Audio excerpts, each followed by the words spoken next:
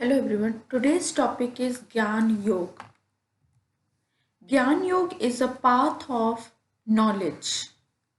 Although the description of Gyan Yog is found in the Bhagavad Gita, the credit for giving systematic form to Gyan Yog goes to Acharya Shankaracharya, who was Advait Vedanti. आचार्य शंकराचार्य अद्वैत वेदांत के संस्थापक थे और ज्ञान योग को अगर किसी ने व्यवस्थित रूप से समझाया है तो वो आदि शंकराचार्य थे. Shankaracharya was not only a philosopher but he himself was a yoga practitioner and the founder of Advait Vedant. उन्होंने सिर्फ योग को समझाया नहीं, ज्ञान योग के बारे में नॉलेज नहीं दी, इवन वो खुद ज्ञान योग के पाथ को फॉलो करते थे. पर्पस ऑफ ज्ञान योगा इज सेल्फ नॉलेज, आत्म ज्ञान. तो जिस तरह से कर्म योग का एक लक्ष्य था, भक्ति योग का लक्ष्य था, उसी तरह ज्ञान योग का भी एक लक्ष्य है और वो क्या है? सेल्फ नॉलेज यानी आत्मज्ञान या आत्म अनुभूति. ज्ञान योग कैसे लोग ज्ञान योग की तरफ मुड़ते हैं, ज्ञान योग की तरफ वो आगे बढ़ना चाहते हैं, ऐसा क्या है जो उन्हें ज्ञान योग की तरफ ले जाता है? जैसे कर्म योग लोग इसलिए करते हैं कि कर्म अच्छे होने चाहिए, अच्छे कर्मों का फल अच्छा ही होता है. भक्ति योग इसलिए करते हैं क्योंकि वो ईश्वर से अपना प्रेम दिखाना चाहते हैं. ज्ञान योग क्या है? Every person in the world is trapped in the desire of pleasure. There is moment in the life of a person when the question arises in his mind that is this world true? And is that the end of all suffering? Is that the truth of all realities? Who is self? जब देखिए इस दुनिया में, इस जगत में हर कोई खुशी, हर कोई सुख पाना चाहता है, लेकिन कभी ना कभी जीवन में एक ऐसा क्षण आता है जब आपके मन में कुछ सवाल पैदा होते हैं कि क्या ये विश्व, ये जो हम देख रहे हैं दुनिया सत्य है? क्या सारे दुखों का अंत जो है वो मृत्यु है? मैं कौन हूँ? मैं ये शरीर हूँ या मेरा अस्तित्व सिर्फ इस शरीर के रूप में ही है या कुछ और? रियलिटी क्या है? जब ऐसे सवाल इंसान को परेशान करने लगते हैं, so to get answers of these questions human beings adopt jnana yoga. तो वो ज्ञान योग की तरफ लोग जाने लगते हैं. क्यों? क्योंकि उन्हें अपने सवालों का जवाब कहीं ना कहीं ज्ञान योग के थ्रू मिलने की उम्मीद होती है. Every human has a desire to be happy. If you ask to a young person about reality, he will say that of course everything is true. Probably when the young man grows old and his fate also turn back, then he will say that all this is false. Eventually, he will realize that his desire cannot be fulfilled. Excitement, sorrow, luxury, wealth, power, poverty, and life are nothing eternal. Then what is eternal? वो कहते हैं कि देखिए योग हमेशा उन लोगों के लिए होता है जो उसकी खोज में आगे बढ़ता है. जो लोग इस दुनिया में खुश हैं, सेटिस्फाइड है, उनके लिए ये पाथ नहीं होते. तो जो यंग पर्सन है, अपनी लाइफ से सेटिस्फाइड है, सब कुछ गेन कर रहा है, सक्सेस है, हो सकता है उसके मन में ये सवाल ना उठे कि what is real, what is my real existence, क्योंकि वो उसके पास सब कुछ है. लेकिन जब वही इंसान बूढ़ा हो जाता है या ऐसा पर्सन जो लाइफ में सक्सेस नहीं है, या समय के साथ ये समझ में आता है कि that happiness is not permanent, ये परमानेंट नहीं है जो हमें हैप्पीनेस मिल रही है. तो क्या है ऐसा जो परमानेंट है, इटर्नल है? हमारी बॉडी भी नश्वर है, हमारी एक्सपीरियंस भी टेम्परेरी है. तो what is that eternal entity? तो ये सवाल जब लोगों को परेशान करने लगते हैं तब लोग ज्ञान योग की तरफ बढ़ते हैं. There are two type of tendency in a human being. One, without any effort to believe that there is nothing, we can not know anything. एक second is a search for truth. This is important. दो तरह के इंसान या दो तरह की प्रवृत्ति होती है ह्यूमन में। एक तो वो लोग इजिली एक्सेप्ट कर लेते हैं जो भी उन्हें एक्सपीरियंस होता है। हमारी जब से आँख खुली हम इस दुनिया को देख रहे हैं, एक्सपीरियंस कर रहे हैं और इसे ही सच मान रहे हैं। तो एक तो ये पर्सपेक्टिव है कि हमने इस वर्ड को एज अ ट्रुथ एक्सेप्ट कर लिया है, या फिर हम ये सोचते हैं कि हम रियलिटी को समझ ही नहीं सकते क्योंकि वो हमारी सेंसेस या हमारी परसेप्शन से बियॉन्ड है। Second is search for truth. Second type के लोग क्या करते हैं, वो एफर्ट करते हैं, ट्रुथ को जानने की कोशिश करते हैं कि एक्चुअली ट्रुथ है क्या, ट्रुथ जो परमानेंट है, जो इटर्नल है, वो क्या है। So to search for whatever is true in this constant change, imperial word, कि ये जो changeable word है, ये जो transient things हैं, इनके पीछे ऐसी कौन सी सच्चाई है जो permanent है, जो बदलती नहीं है। So human body is mortal. So what is that is complete and constant which remains present even after the body is destroyed? वो कहते हैं अगर हम body की बात करें तो ये तो destroy हो जाता है, तो ऐसा क्या है जो इस बॉडी के खत्म होने के बाद भी रहता है। These questions only push a human to knowledge of soul, for which the curious being follows ज्ञान योग। जो भी क्यूरियस होता है ऐसे सवालों के उत्तर पाने के लिए वो ज्ञान योग की तरफ आगे बढ़ता है। नाउ अब हम बार बार बात कर रहे हैं jnana yoga is all about self knowledge, ठीक है ना। व्हाट इज सेल्फ और what is soul. Regarding soul, there are many differences in religion and philosophical ideologies. Is the soul a body or breath or thought? Is it another doer and consumer from the body? Is the body equal to or in some corner of the body and so on? तो हमारे मन में बहुत सारे सवाल आते हैं कि क्या शरीर ही आत्मा है, या हमारी जो सांस चल रही है वो आत्मा है, या हमारे विचार आत्मा है, या फिर इस बॉडी से अलग भी कोई डूअर या कंज्यूमर है, या इस बॉडी के इक्वल ही है। तो बहुत सारे व्यूज हैं in the context of soul if we are talking about Charvaka. So according to Charvaka, soul is body and body is soul. So basically he present the theory of identical body with soul. Charvaka soul's related view are called the theory of identity of soul and body, देहात्मवाद जिसे हम कहते हैं। और इससे मैंने चारवाक की देहात्मवाद theory की जो वीडियो बनाई थी वो भी उसमें बहुत अच्छे से एक्सप्लेन है, आप वो वीडियो देख सकते हैं। Everything is destroy when the body is destroy. वो कहते हैं कि सोल और बॉडी दो अलग चीज नहीं है, ये एक ही चीज है, बट नाम अलग अलग दे दिए हैं लोगों ने। जब बॉडी डिस्ट्रॉय हो जाती है तो सोल भी डिस्ट्रॉय हो जाती है। Other thinkers believe that the soul is the sense because all knowledge is possible only by sense. वो कहते हैं कुछ लोगों का मानना है कि सोल क्या है, हमारी इंद्रियां। हमारी इंद्रियां क्यों, क्योंकि जितनी भी नॉलेज हमें होती है इंद्रियों के ही तो द्वारा होती है। तो कहते हैं कि सोल ना इंद्रियां है, सेंसेस है। But in this opinion we have a problem. What is that? The senses are many and the feeling of I is against this diversity. अगर हम सोल की बात करें वो हम उसको एक मानते हैं, या हम आई मैं एक हूं, मैं बहुत सारा नहीं हूं, बट सेंसेस तो हमारी बहुत सारी हैं।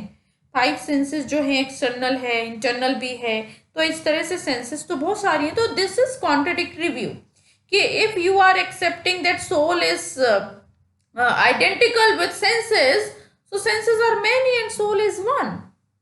Apart from this, knowledge is also there in the absence of sense in the dream state. And और ये भी होता है कि जब हम सपना देखते हैं, ड्रीम होते हैं, तो वहाँ पे सेंसेस हमारी वर्क नहीं करती हैं, लेकिन फिर भी हमको नॉलेज होती है। So something is there which is receiving knowledge, who is receiving knowledge. Therefore, the senses cannot be the source of self-knowledge. Another view is what? The mind is soul. कुछ लोग मानते हैं कि जो हमारा मन है वो सोल है। It is mind that accomplishes knowledge through the sense. क्यों? क्योंकि सेंस के थ्रू जो नॉलेज होती है वो माइंड ही तो गेन करता है। तो वो कहते हैं कि माइंड ही सोल है। Even in the dream, the mind remains when the senses are not there. वो कहते हैं कि ड्रीम में भी आप देखो तो भी सेंसेस नहीं है, वर्क नहीं कर रही हैं, लेकिन माइंड है हमारा, वो वर्क करता है। वो कॉन्शियस रहता है। तो इस तरह से माइंड ही सोल है। But this is also objectionable. The mind is changeable and observer of the mind should be detached from the mind. क्योंकि माइंड क्या है, माइंड चेंजेबल है। अभी माइंड में ये थॉट चल रहा है, फिर वो चल रहा है, फिर दूसरा चल रहा है। Mind moment to moment change होता रहता है। Mind is not static, it's not fix. So कुछ तो ऐसा होना चाहिए जो माइंड को रजिस्टर कर रहा है। अभी हम ये सोच रहे थे, आप देखो, अगर मैं आपसे कहूँ कि अभी आप क्या सोच रहे हो, तो आप बताओगे कि मैं ये सोच रहा हूँ। इट मीन्स कि आप उस थॉट को रजिस्टर कर रहे हो। सो you should be different from mind. Therefore it is clear that mind cannot be a soul. Those who follow Gyan Yoga believe that the soul is seer means दृष्टा, कि वो सिर्फ देखने का काम करती है। जो सोल है वो सिर्फ और सिर्फ सीयर है। The soul is devoid of all actions and fruit of actions.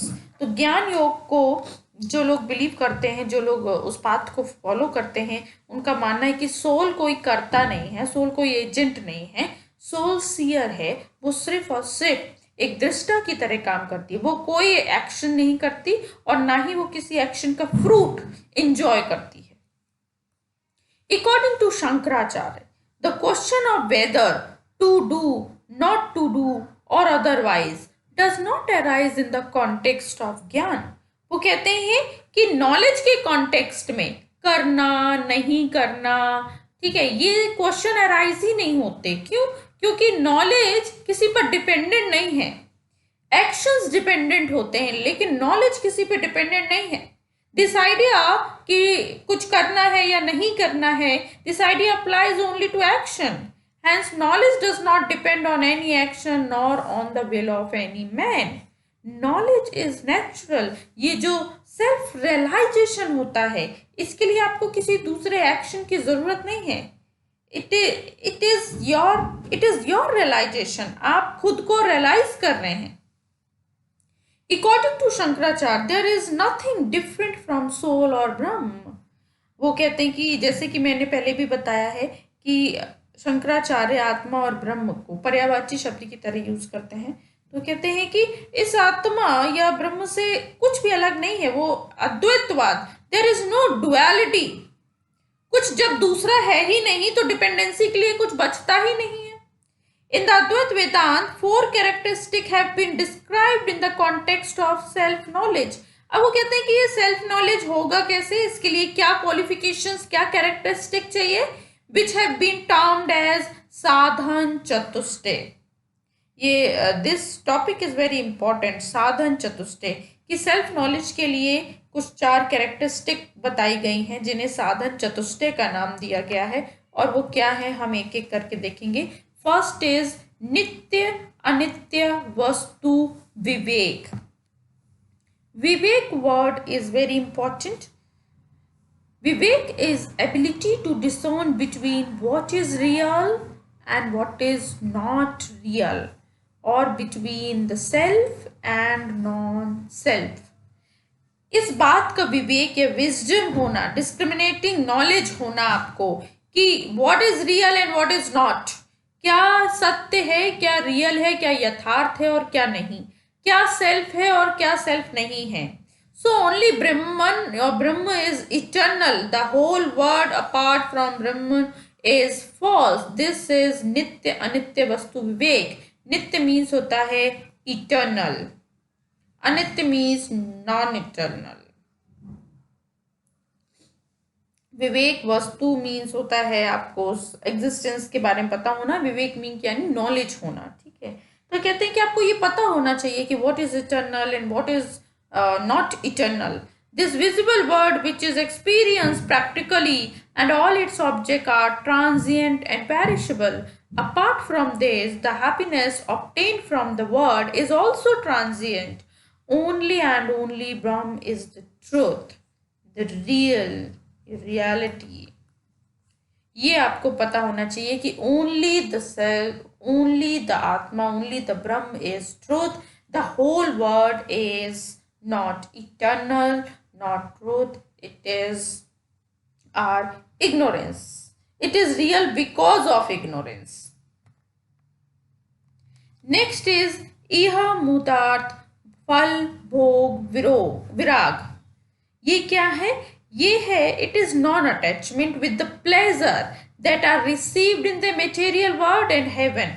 यानी जो हमें इस भौतिक जगत या फिर जो स्वर्ग की बात करते हैं, जो लोग कहते हैं कि स्वर्ग से मिलने वाला सुख या फिर इस भौतिक जगत से मिलने वाला जो सुख है उसके प्रति विराग होना। विराग मीन्स नॉन अटैचमेंट। फल भोग मीन्स होता है इंजॉयमेंट ऑफ द फ्रूट। यह मुतार यानी this physical word and the other word. तो कहते हैं कि बेसिकली आपके अंदर एक क्वालिटी होनी चाहिए, क्या? Non attachment with the pleasures of this material world, physical world और haven. It is worth noting here that it is not disinterested to renounce the duty of karma to escape from life and take the form of sannyasi, but to be discussed with their fruit while performing action while living in the world। वो कहते हैं कि इसका ये मतलब नहीं है, non attachment का ये मतलब नहीं है कि आप सब एक्शंस छोड़कर, अपनी लाइफ छोड़कर जंगल में चले जाएं और सन्यासी बन जाएं। नहीं, आपको सारे कर्म करते रहना है, बट उस फ्रूट के लिए आपको कोई अटैचमेंट नहीं रखना कि अभी मैंने ये कर्म किया है अब मुझे इसका फ्रूट मिलेगा। आप अटैच्ड रहेंगे तो कहीं ना कहीं आप, अगर वो फ्रूट नहीं मिला या कुछ डिजायर्ड फ्रूट नहीं मिला तो आप पेन में आ जाएंगे। तो कहते हैं कि आपको क्या करना है, आपको सिर्फ और सिर्फ अपने एक्शंस करने हैं, आपको कुछ भी छोड़ के नहीं जाना। तो नॉन अटैचमेंट ऐसा नहीं है कि आपको कर्म करने से रोक रहा है। Viraga is mental detachment from all worldly object. This is important कि विराग इज मेंटल डिटेचमेंट। आपको मानसिक रूप से अपने मन से उन चीजों के प्रति लगाव नहीं रखना है, किसी कर्म के प्रति लगाव नहीं रखना है, किसी इंजॉयमेंट के लिए इच्छा नहीं रखनी है। विराग वाली फीलिंग होनी चाहिए। The view that everything in the world is unreal causes indifference to the enjoyment of this world and the heaven world also।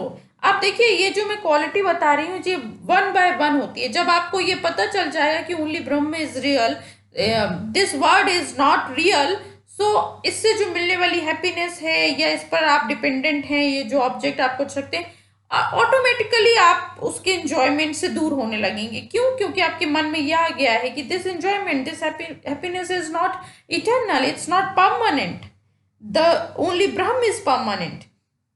तो आप उसको पाने की कोशिश करेंगे, उसको जानने की कोशिश करेंगे, आप सेल्फ रियलाइजेशन के लिए एफर्ट करेंगे। थर्ड इज सत संपत्ति, 6 वर्च्यू। सत मीन्स 6 एंड संपत्ति मीन्स वर्च्यू।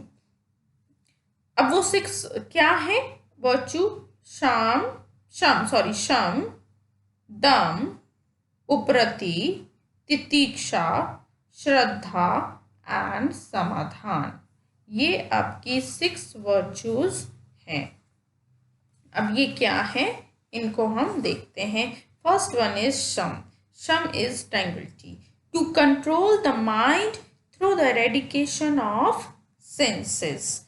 अपने माइंड को कंट्रोल करना, सेंसेस कह रही हूँ, इरेडिकेशन ऑफ डिजायर। जो डिजायर आपके मन में उठती है, अभी ये चाहिए, अभी वो चाहिए, वो खाना है, यहाँ रहना है, यहाँ घूमने जाना है। So mind is like horse, मैं हमेशा कहती हूँ बेलगाम घोड़ा है, ठीक है। तो उसे कंट्रोल करना ये शम है।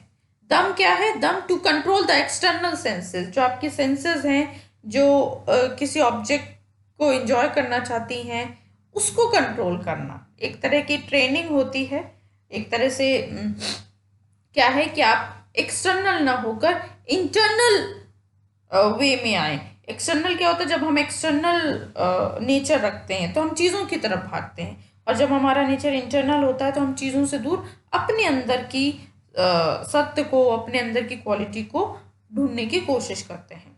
उपरति यानी withdrawal, it is turning the mind away from desire for sensual enjoyment. जो भी आपको एंजॉयमेंट की डिजायर होती है उससे अपने माइंड को क्या कर लेना? विड्रॉल, यानी एक तरह से किसी भी डिजायर के लिए आप एक्सपेक्टेशन ना करें, ये होता है उपरति। तितिक्षा, to bear all kind of suffering without any retribution, without devoid of worry and grief, कि जैसे सर्दी है, गर्मी है, ये नेचर है, या किसी और भी तरह का जो पेन है, एक तरह से आपको बियर करने की क्वालिटी होना। ठीक है, अभी क्या होता है, अब आप देखिए कि जरा सी गर्मी पड़ती है तो लोग इतने इम्पेशेंस हो जाते हैं, सर्दी पड़ती है तो भी इम्पेशेंस हो जाते हैं। तो अपने अंदर पेशेंस लेके आना, फॉरबियरेंस इसलिए लिखा है। तितीक्षा मतलब कि ये जो सफरिंग है, ह्यूमन सफरिंग है, इनको आप बियर करो, ये एक क्वालिटी है। Shraddha means faith, it is intense faith in the word of guru in वेदांतिक scriptures, शास्त्रों में अपने गुरु ने जो कहा है उसमें आस्था रखना, उसमें फेथ रखना। The sacred feeling of faith and respect is Shraddha, based on the accurate reasoning, evidence and experience. So we cannot say that the Shraddha is like superstition. क्यों? क्योंकि ये अंधविश्वास नहीं है कि गुरु ने जो भी कहा वो सही है, शास्त्रों में जो भी लिखा है वो सही है, नहीं। हम एक लॉजिक के साथ, रीजनिंग के साथ उन चीज़ों को समझते हैं और फिर उनमें फेथ करते हैं।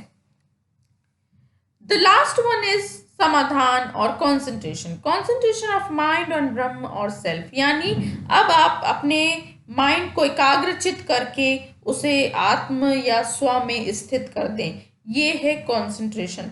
देखिए, जब ये क्वालिटी आपके अंदर आएंगी, आपने क्या किया, आपने नित्य वस्तु विवेक, आपने ये समझ लिया what is real what is unreal, फिर आपके अंदर आ गया विराग आ गया कि ठीक है, जो रियल है हम सिर्फ उसके बारे में, जो अनरियल है उसके बारे में क्या सोचना, उसको उसके प्रति विराग रखो।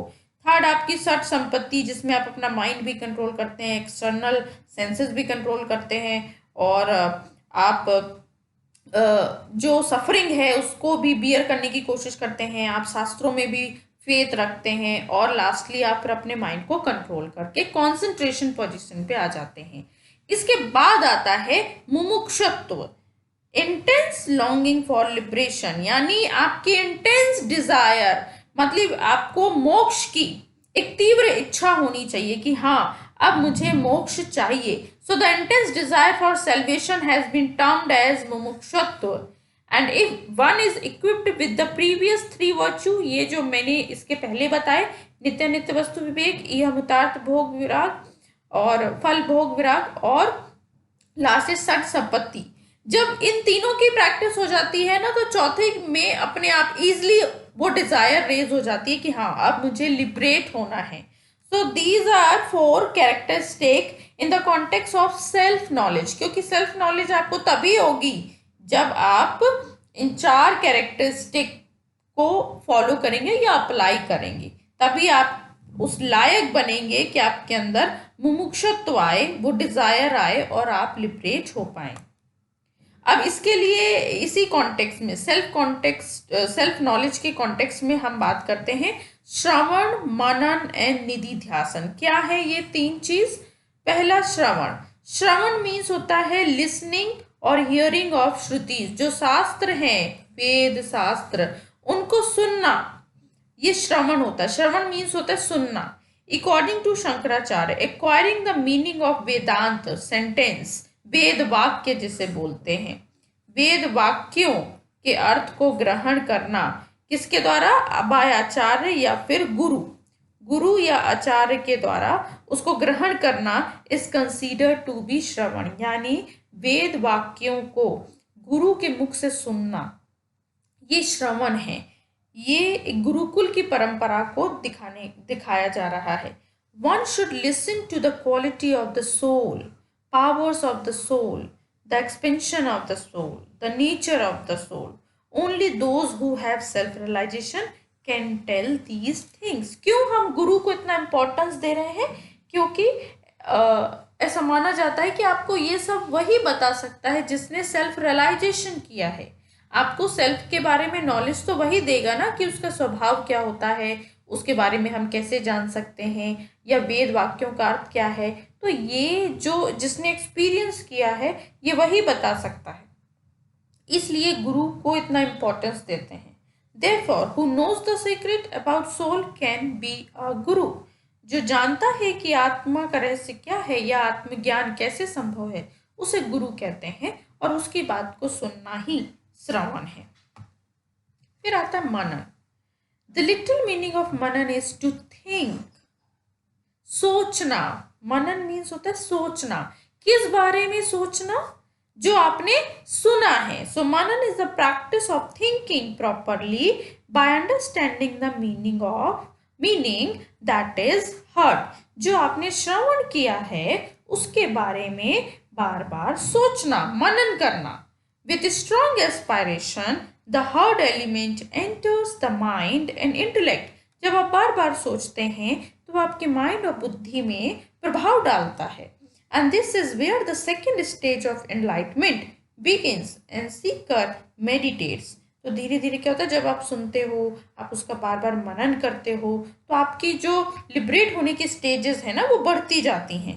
There is no result of hearing due to absence of मनन। अगर आप मनन नहीं करेंगे तो हियरिंग का कोई रिजल्ट नहीं निकलेगा। इट्स लाइक कि मैं आपको पढ़ा रही हूँ, अब आपने उसका रिवीजन नहीं किया तो मैंने जो भी कहा और आपने जो भी सुना वो यूजलेस हो जाएगा, क्योंकि आपने उसको रिवाइज किया ही नहीं। आपने दोबारा उसके बारे में सोचा ही नहीं कि हाँ वो चीज़ें कैसे होती हैं, वो कैसे हम उनको समझ सकते हैं और बेटर। कहते हैं ना, डाउट होता है तो कॉन्सेप्ट और क्लियर हो जाता है। तो जब मनन करते हैं तो मनन करते समय बहुत सारे डाउट रेज होते हैं जो आप गुरु से क्लियर भी कर सकते हैं और उससे आपको कॉन्सेप्ट में और ज़्यादा क्लियरिटी आती जाएगी। So manana opens the many curtain of ignorance. तो आप जो अज्ञान होता है ना, अज्ञान किसके बारे में? Ignorance about self. हमें अपने ही बारे में नहीं पता कि I am real, I am the truth, Brahma, I am ब्रह्म, अहम ब्रह्मास्मि, यही नहीं पता। तो आप जब मनन करेंगे तो धीरे धीरे आपका ये जो इग्नोरेंस के कर्टन है, जो अज्ञान है, ये खत्म होगा। And then the last final stage is nididhyasana. Nididhyasana means constant meditation, लगातार निरंतर मेडिटेट करना। After manana the process of nididhyasana begins. जब आप मनन करते हैं तो आपका धीरे धीरे जो माइंड है वो कॉन्सेंट्रेट होने लगता है एक जगह और आप निधि ध्यासन के स्टेट पे आ जाते हैं। Concentration, meditation and nididhyasana all introduce the same action, as a result of which there is hearing, then there is a compulsion to meditate, and by the nidhi dhyasan the realization of the soul's unity is completed. निधि ध्यासन एक ऐसे state है जहाँ आपको self realisation मिलता है, and this is a state of enlightenment, or we can say self knowledge. Self knowledge एक ऐसा knowledge नहीं है जो आपको जैसे गेन होता है। Self knowledge is a kind of realisation. ये एक अनुभूति है जो आपको होती है। सो इन दिस वे द ज्ञान yoga makes it clear that physical, mental and spiritual development is also possible by editing knowledge. जरूरी नहीं आप सिर्फ कुछ कर्म करें या भक्ति करें तभी आप लिबरेट हो सकते हैं। ज्ञान योग से भी आप लिबरेट हो सकते हैं। Ajnani leads to enlightenment by knowledge. So this is all about Gyan Yoga. Thank you.